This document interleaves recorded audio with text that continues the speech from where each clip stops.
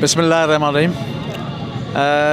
सब खां पहिरियां त आऊं एप्रिशिएट करियां थो अवामी प्रेस क्लब जे जेका ऑफिस बेरर आहिनि, ख़ुसूसन सामी मेमन साहब जिन ही जेको सो मेलो मचायो आहे। आउं सम्झां थो ही मौजूदा दौर में जेको आहे न, जॾहिं कुतुबीनी जो जेको सो रवाज तक़रीबन ख़तमु थी वियो आहे, माण्हू जेका आहे न किताब पढ़ण खां स्टडी करण खां सफ़ा लवाईंदा आहिनि। एसि ताईं जो आउं त ॾिसां थो माण्हू जेका आहे न अख़बार बि न पढ़ंदा आहिनि। काफ़ी माण्हू मेजॉरिटी जेका असांजा जेका आहे न पढ़ियल लिखियल माण्हू बि जेका बसि नेट ऐं सोशल मीडिया जेका असां उहा ई एक्टिव हूंदा।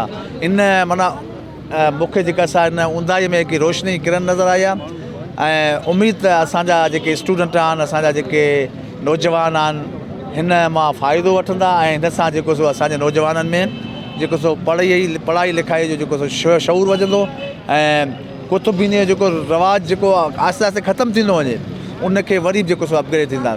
मूं ॾिठो आहे जेके असांजा जेके डेवलप्ड कंट्रीज़ आहिनि, उन्हनि में बि न त सोशल मीडिया जी तमामु घणियूं जेके फैसिलिटी अवेलेबल आहिनि, पर पोइ बि जेको सो हुते जेको हिकिड़ो किताबनि जो जेको आहे शौक़ु जेको आहे, कुतुबीनी जो शौक़ु जेको सो हमेशह सुठो रहियो आहे ऐं उमेद त असांजे जेके इलाइक़े में जेको सो इहो कुतुबीनी जो शौक़ु तमामु बहितर रहंदो। Thank U.